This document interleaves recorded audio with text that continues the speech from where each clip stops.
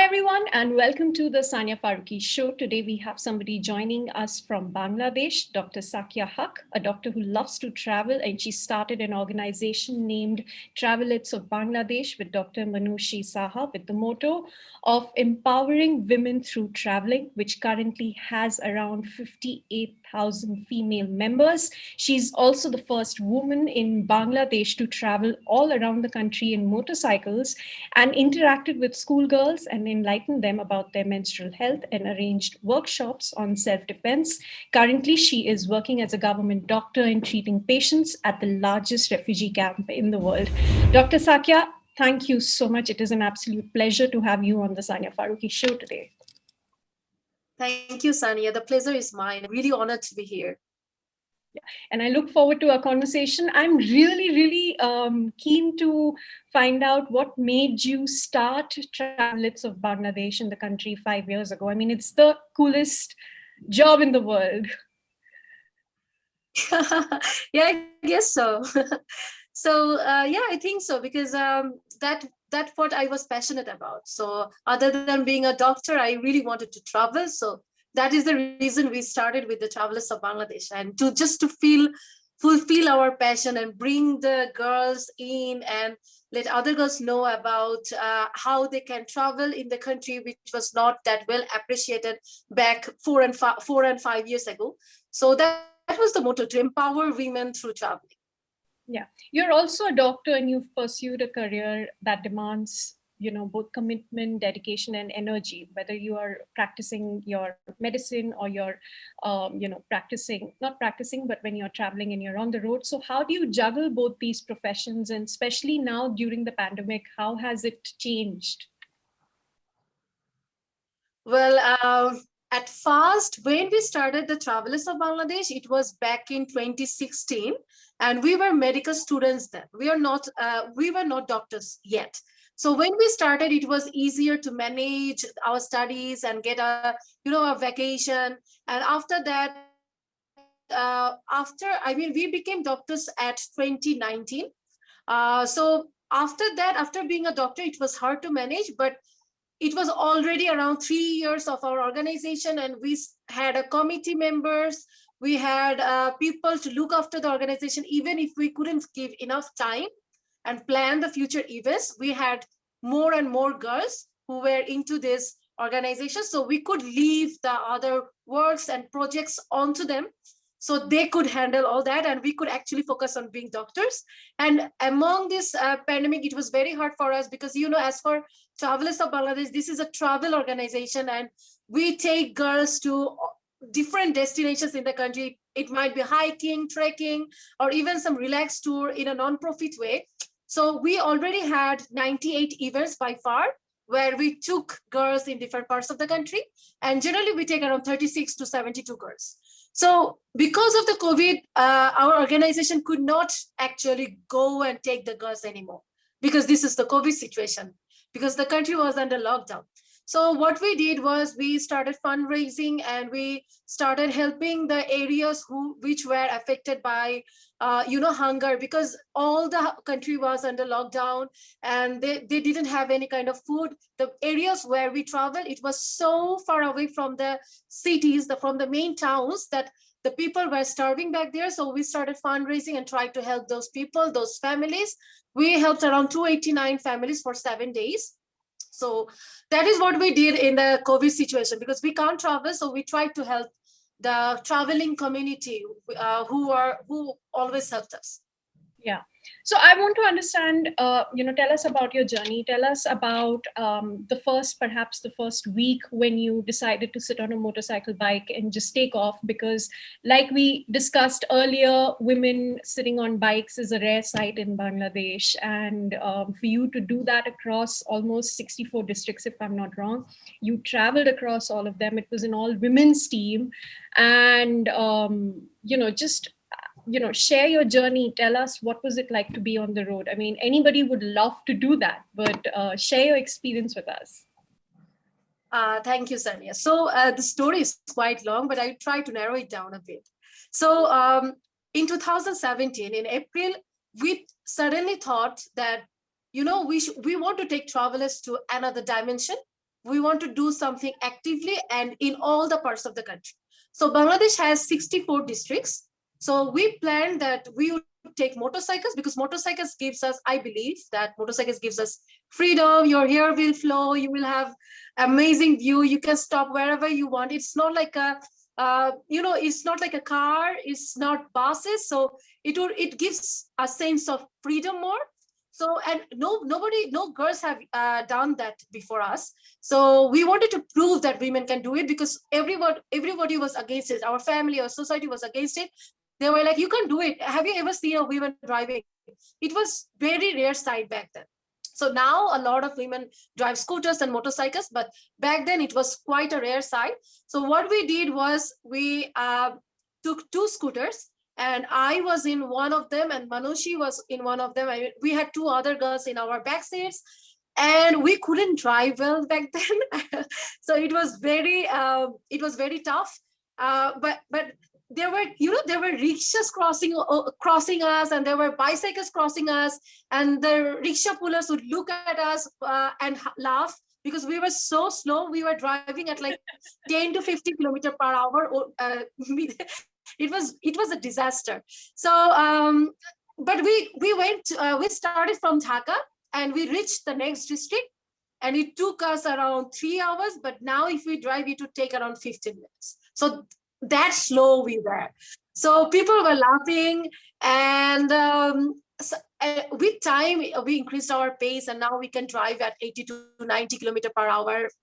Yeah, we can drive well now after the 64 days. But yeah, there were so many difficulties, because on the road there were people who would, tease us, like, what has the world come to? I mean, the world is going to end because women are driving now. What am I saying? It was like that. And the Kiamat, they say that the world has ended, or world is coming to an end. And they would like cat whistle, and they would call us names. And the drivers would like push us. If they come in line with us, they would see that it is a girl. Then they would go back, and then they would push us in the side of the roads. So it was very tough, and we did have some major accidents, around 4 major accidents, but luckily nothing happened to us. But it was an amazing journey as well. I mean, yeah, other than few negativities, everyone took it so positively, and that motivated us to actually complete the 64 districts. It took us around 2 years, 1 month to do that, because we had our jobs as well. So we did our jobs, took some vacations, then went again, and then came back and did the doctory thing and treated patients and went back again. So it was like that. So that is why it took us 2 years and 1 month, but we successfully completed it. And it was an amazing journey, and we had like thousands of stories to tell. Yeah, I'm sure it just sounds like a journey of a lifetime. I mean, anyone would love to do this. But keeping all the challenges and everything in mind, you were also conducting workshops for young girls on menstrual hygiene and healthcare. So, tell us a little about that, and about, your experience of each time you visited a school. And does being a doctor add more to the purpose of your travels and your travel logs? Okay, so we didn't want to make these only a traveling thing. Traveling was obviously a part, but we also wanted to, go to the root level, talk with women, what they're facing, and actually do interact with them.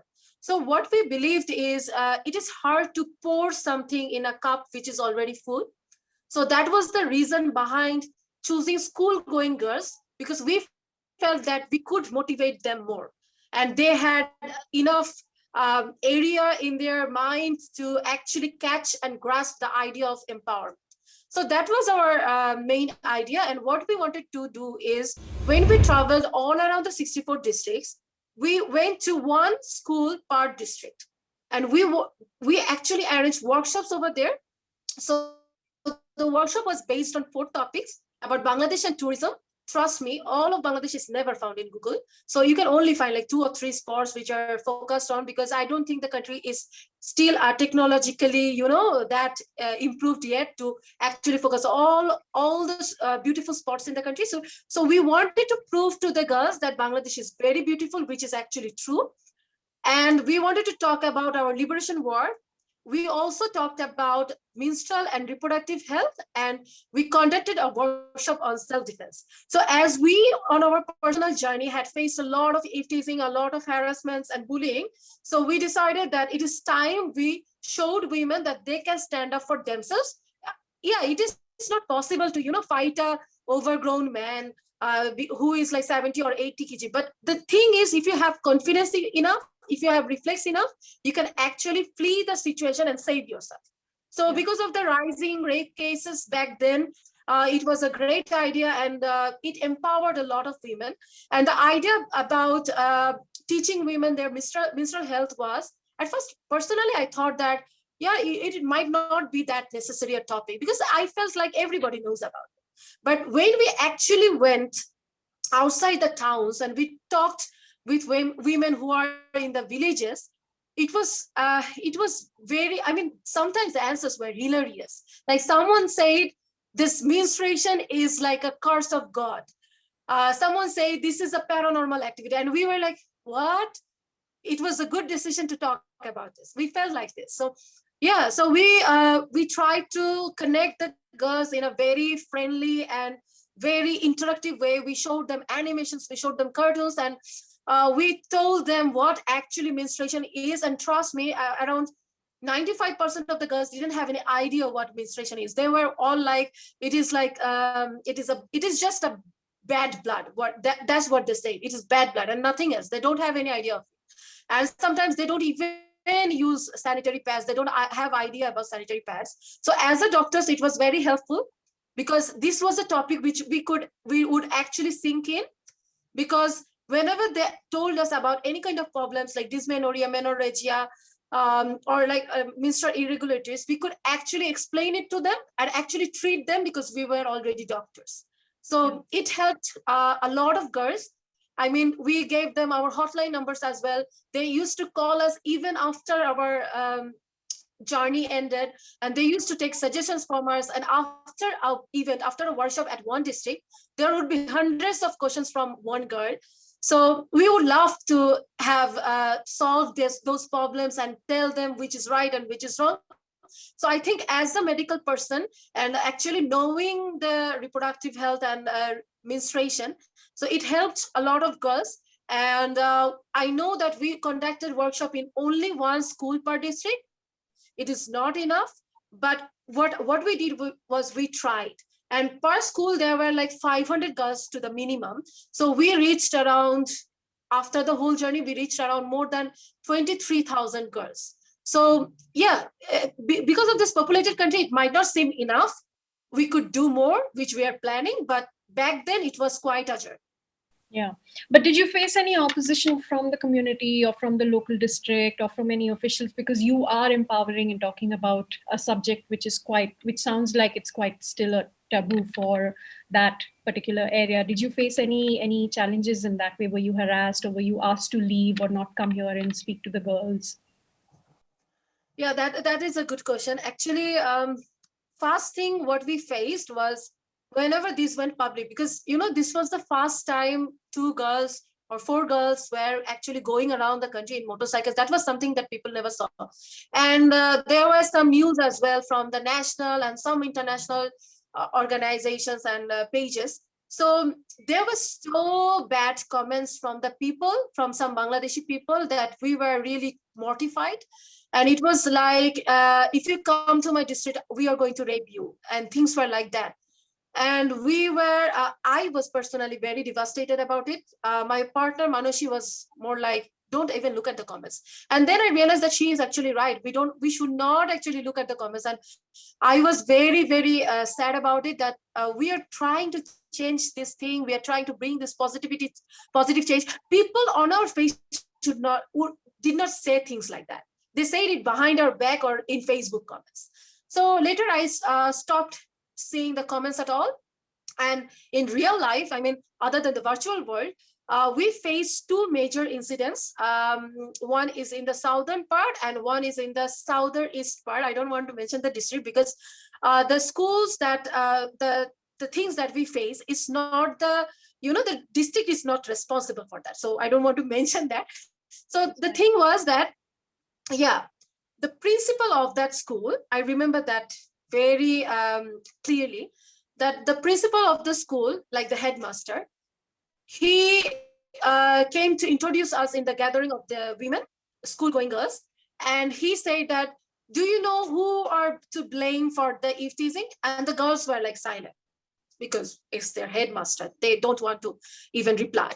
And the headmaster then say, it's you, because you laugh so much, you attract me. And we were like thunderstruck because that's what we wanted to prove.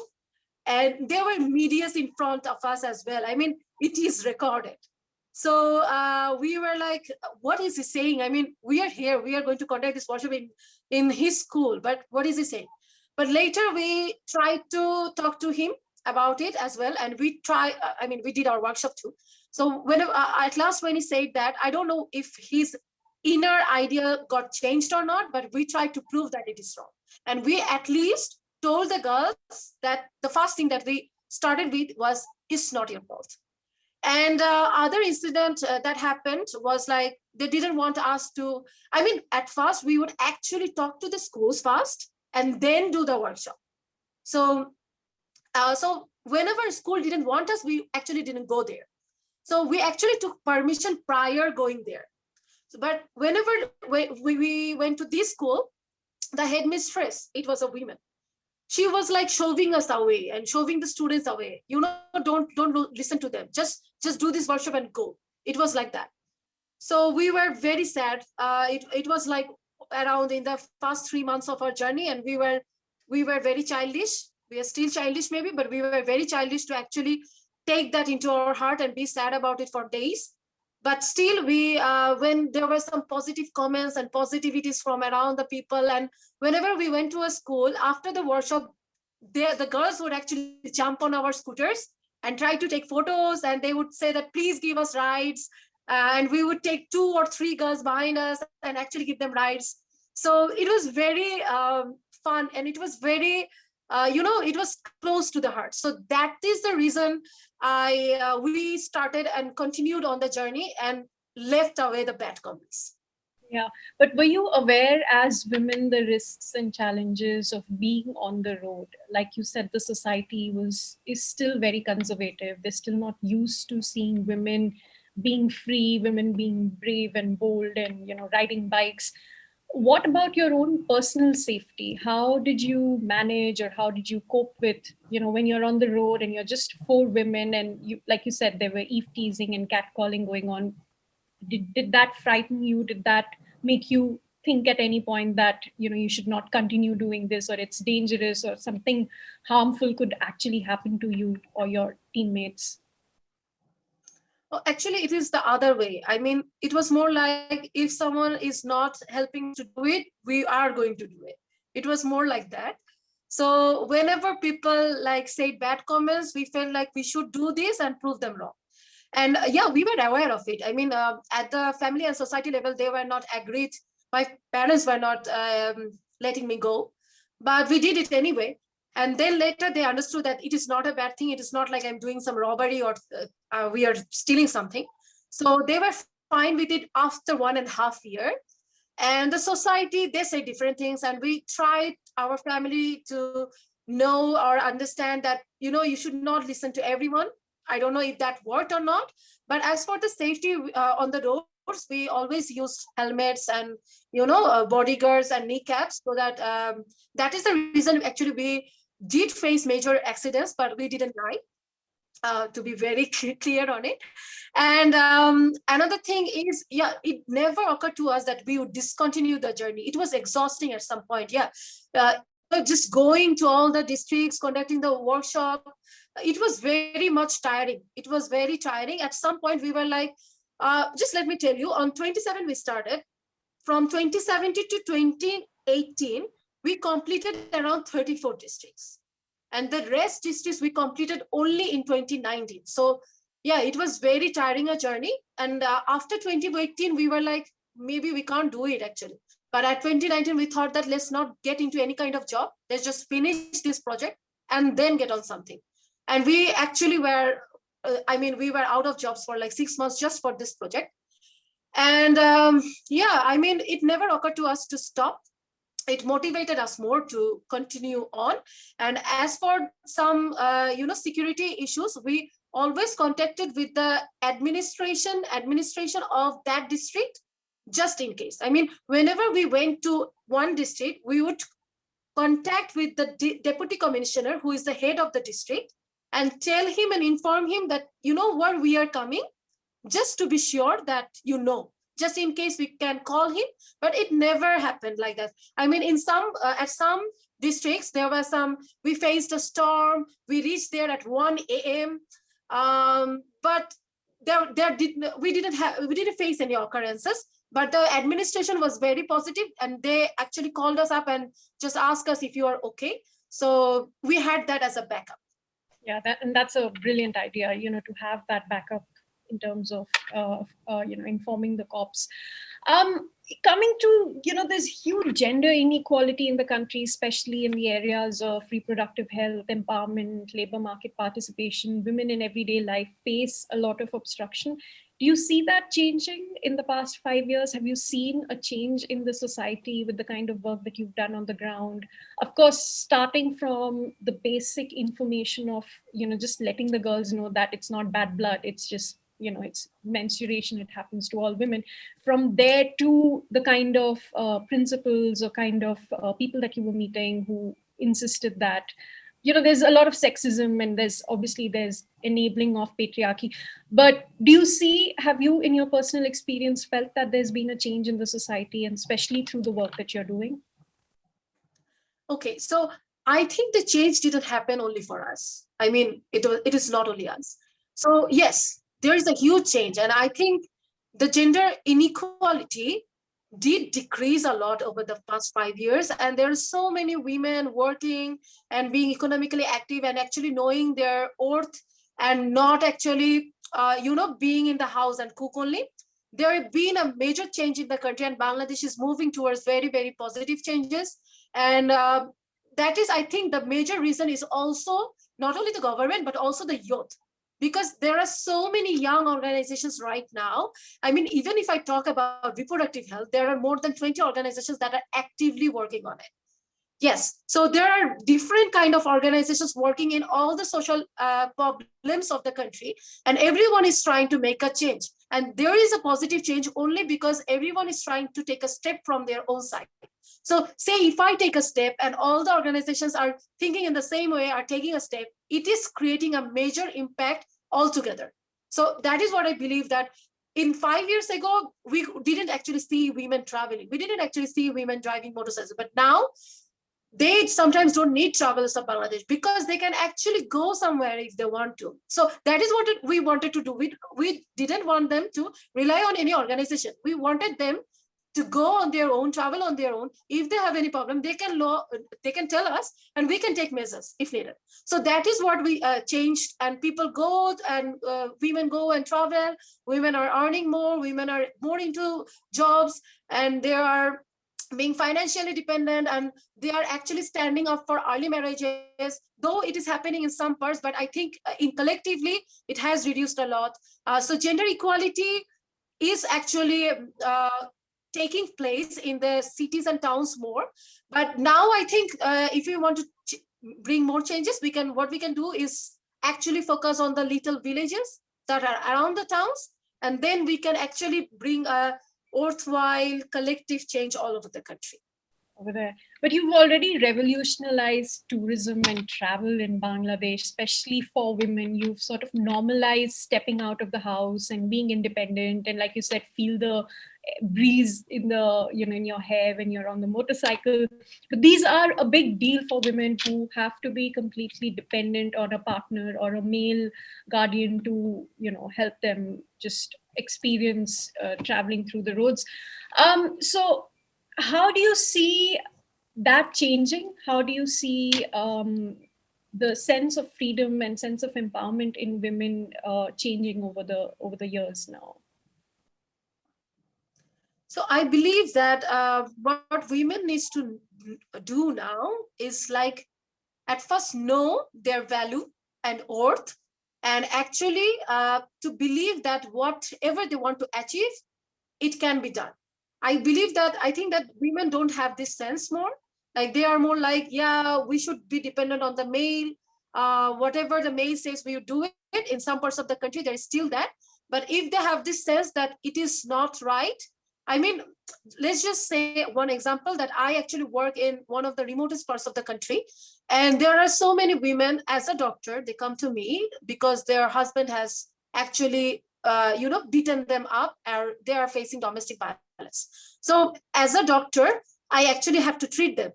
So whenever I ask them, why don't you talk back, and they are more like, yeah, so he is loving me, it's his right to do that. So I think that whenever they have this idea or have this thought that this is wrong, only then they can actually make some changes. And if you can't actually make them believe or make them or show them the point that this is wrong, then they would not understand. They think this is a kind of love.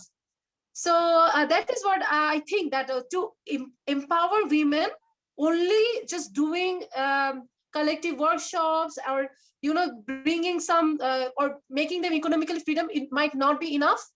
The thing is, we have to instill the idea that you have to be empowered because you are equal to a man, not physically. This equal thing comes from the mind. So a woman is never a step behind a man, they are always equal. So when they have this idea, only they can fight back and we can bring a change. Yeah, amazing.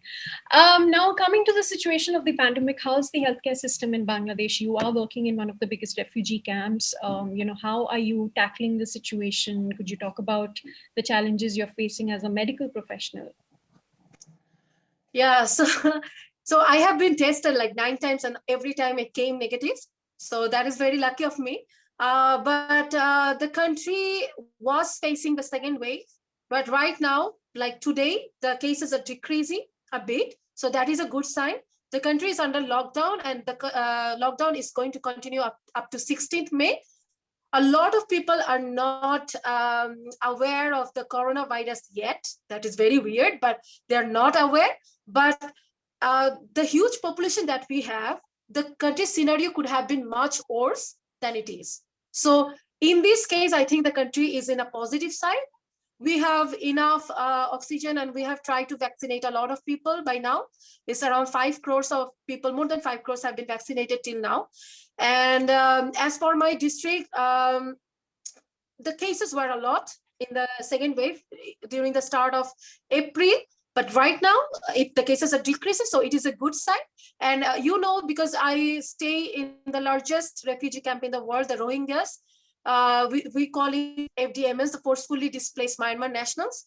So whatever, we hoped, or we didn't hope, but it was like we were scared that they might be affected by coronavirus, and it might be hard for us to control because they live in such a congested place, it's camps.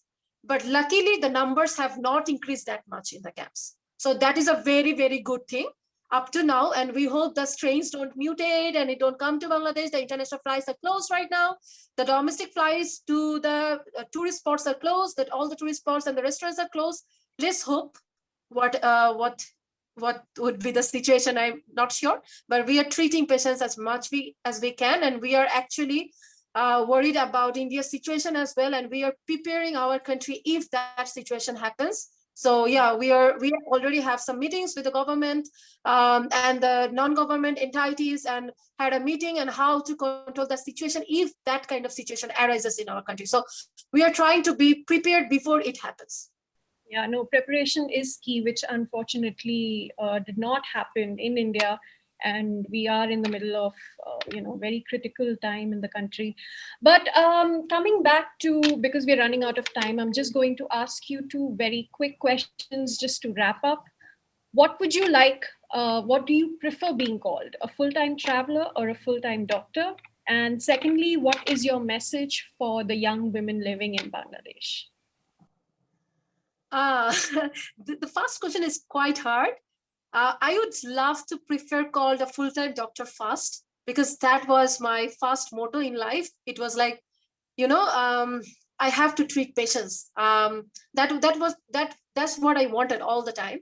But obviously, traveling is something that I'm very passionate about. Not needless to say, but I'm really passionate about traveling. So yeah, I think full-time doctor or a part-time traveler goes well.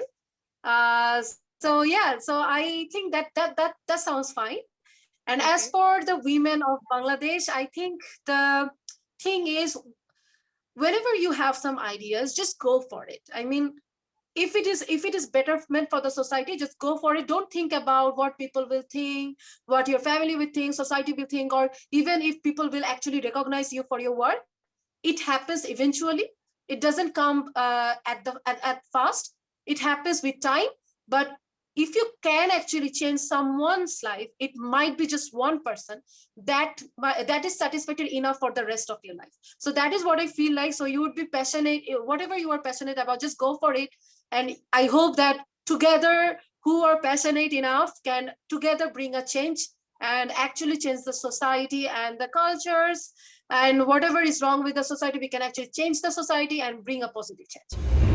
All right, Dr. Sakia, on that note, thank you so much. It was truly wonderful to have you on the Sania Farooqui show today. And I must say, you have a dream job in the world, full-time doctor and part-time traveler. I think all of us would do anything to be, even if we can be one of that. But yeah, so, good luck with the work that you're doing. And I hope that we will get past the pandemic and you will be back on the road. And I look forward to all your stories when you do start your travel logs again.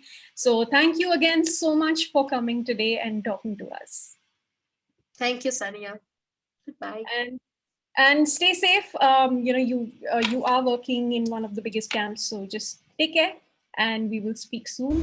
Thank you for watching. I hope that you will follow us on our YouTube channel, follow us on Twitter, Facebook, Instagram, and Spotify, and do sign up for our newsletter for all the news and updates on the Sania Farooqui show. I'm going to be seeing you again next week.